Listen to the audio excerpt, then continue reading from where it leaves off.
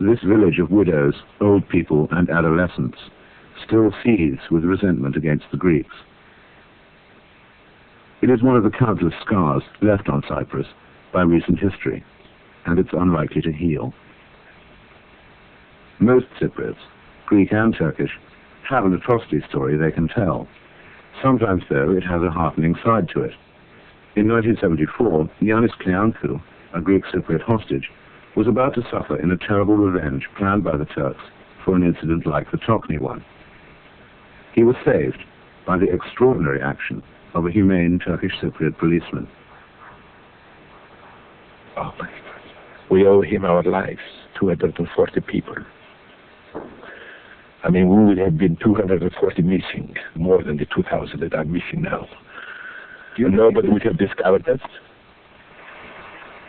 Before the Turkish invasion, Yanis lived in Kyrenia, which is to the Greek Cypriots what Calais was to Mary Tudor. It is the jewel of their northern coast. And Yanis Kleanthou used to be the curator of its lovely castle and museum. When the town fell to the invader in 1974, its entire Greek population was expelled. Of the many captives taken, not all were returned. When a Turkish army officer, bent on reprisal, issued his chilling order to the local policeman, it looked as if Yanis was about to join the ranks of the missing persons. He says to this Turkish Cypriot policeman, ex-policeman, I want 3 of these Greeks for every Turk that was killed.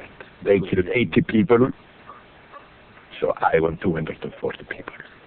So he started counting. I was number 5, I remember.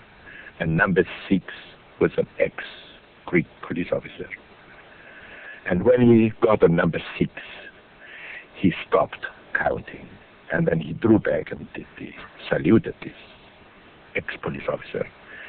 And I said to him, Mr. Alexis, now I said the name, what happened, he says to me, he was the only sergeant I could trust when I was in the police force in Paphos. So if we ever get out of here alive, this is the man that saved us, that must have saved us.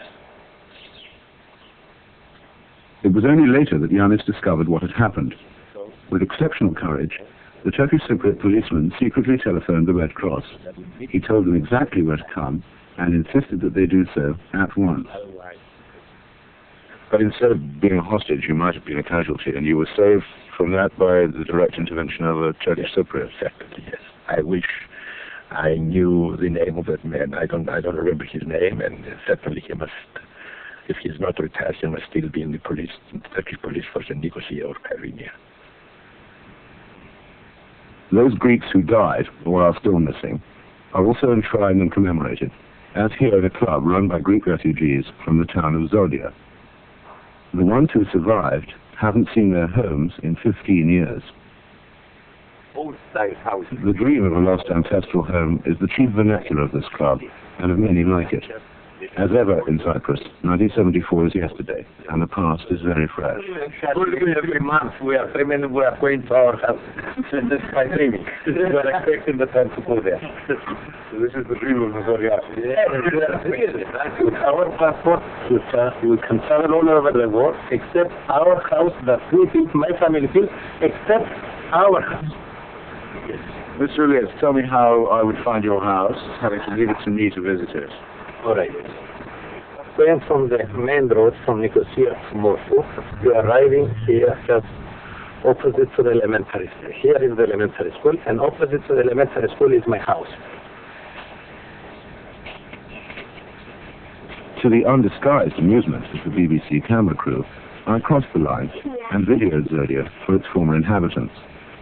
During my Pied Piper visit, I was able to record their former clubhouse, and went on to see how traces of Greek presence had been erased or altered.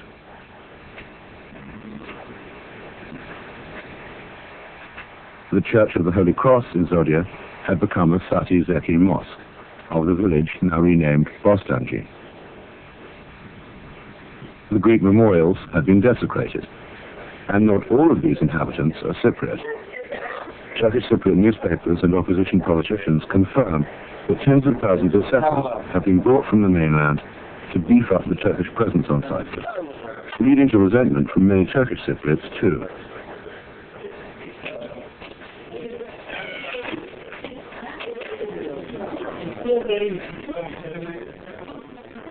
Ladies and gentlemen, this morning I went where you can't go, to your village of Zodia, and we were not allowed to film military areas, and inside the church of Kato Zodia, which has become a mosque, we weren't allowed to film.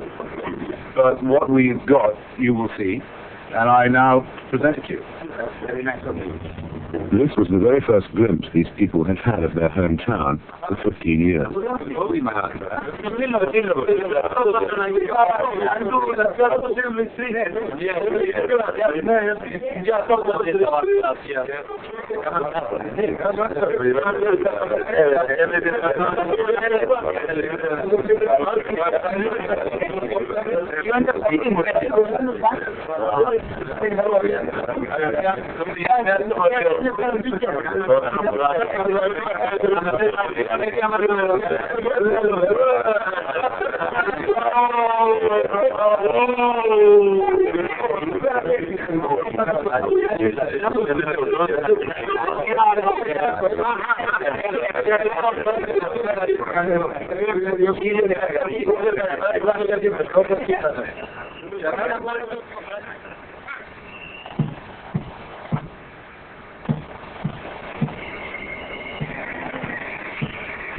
The Lidra Palace Hotel is now a theme park of incongruities, which would make it unrecognizable to a former guest.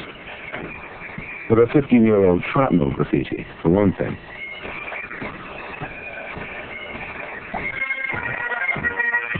The music is distinctly un-Mediterranean, for another.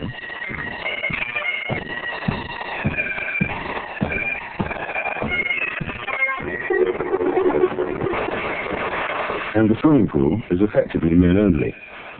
Transferred here from the chilly expanses of Canada, these soldiers mount guard over a decayed garden, which is the only neutral turf in Cyprus. In this capacity, it can serve as a rendezvous point for those families who remain sundered by the consequences of 1974. I paid this garden a visit on a day when a Turkish Cypriot family was having what the island cannot. Even if only for an hour, they were having a reunion. The grandmother still lives on the Greek side. Her relatives are sequestered in the north. The UN officially calls this a humanitarian visit, but it looks more like a prison visit. As the band plays on, the meeting shyly begins. The womenfolk have been in intermittent contact, but if they knew of it, the Canadians might want to sound a fanfare in honor of the fact that this is the first time in 15 years that the old lady has seen her son.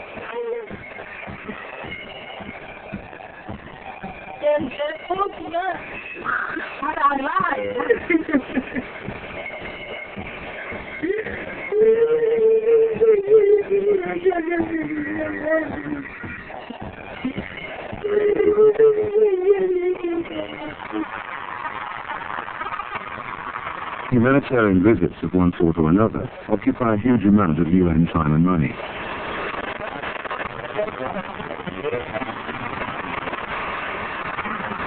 A UN convoy once a week crosses the frontier. It carries supplies from the Greek side and heads to the most northern village on the island. In 1974, the Greek community in the village of Rizzocarpasso on the northern panhandle was bypassed by the invading Turkish troops. When the ceasefire was called, it was agreed to let those Greeks who wished to remain there to do so. But instead, cut off in their peninsula, and subject to continuous Turkish pressure to leave, the Greeks have been left to grow old, to die out, or to join the refugees to the south. For the moment, the Greeks of Rizzocarpasso live uneasily under Turkish police control, guarding the remnants of their former national identity.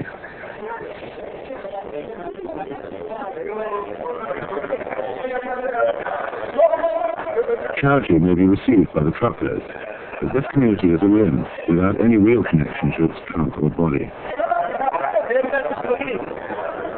The Turks of Tokyo and elsewhere may have feared physical extermination, but the Greeks of northern Cyprus fear cultural annihilation too. The disappearance of their language and their culture from one of its most deeply rooted and well-cultivated lands.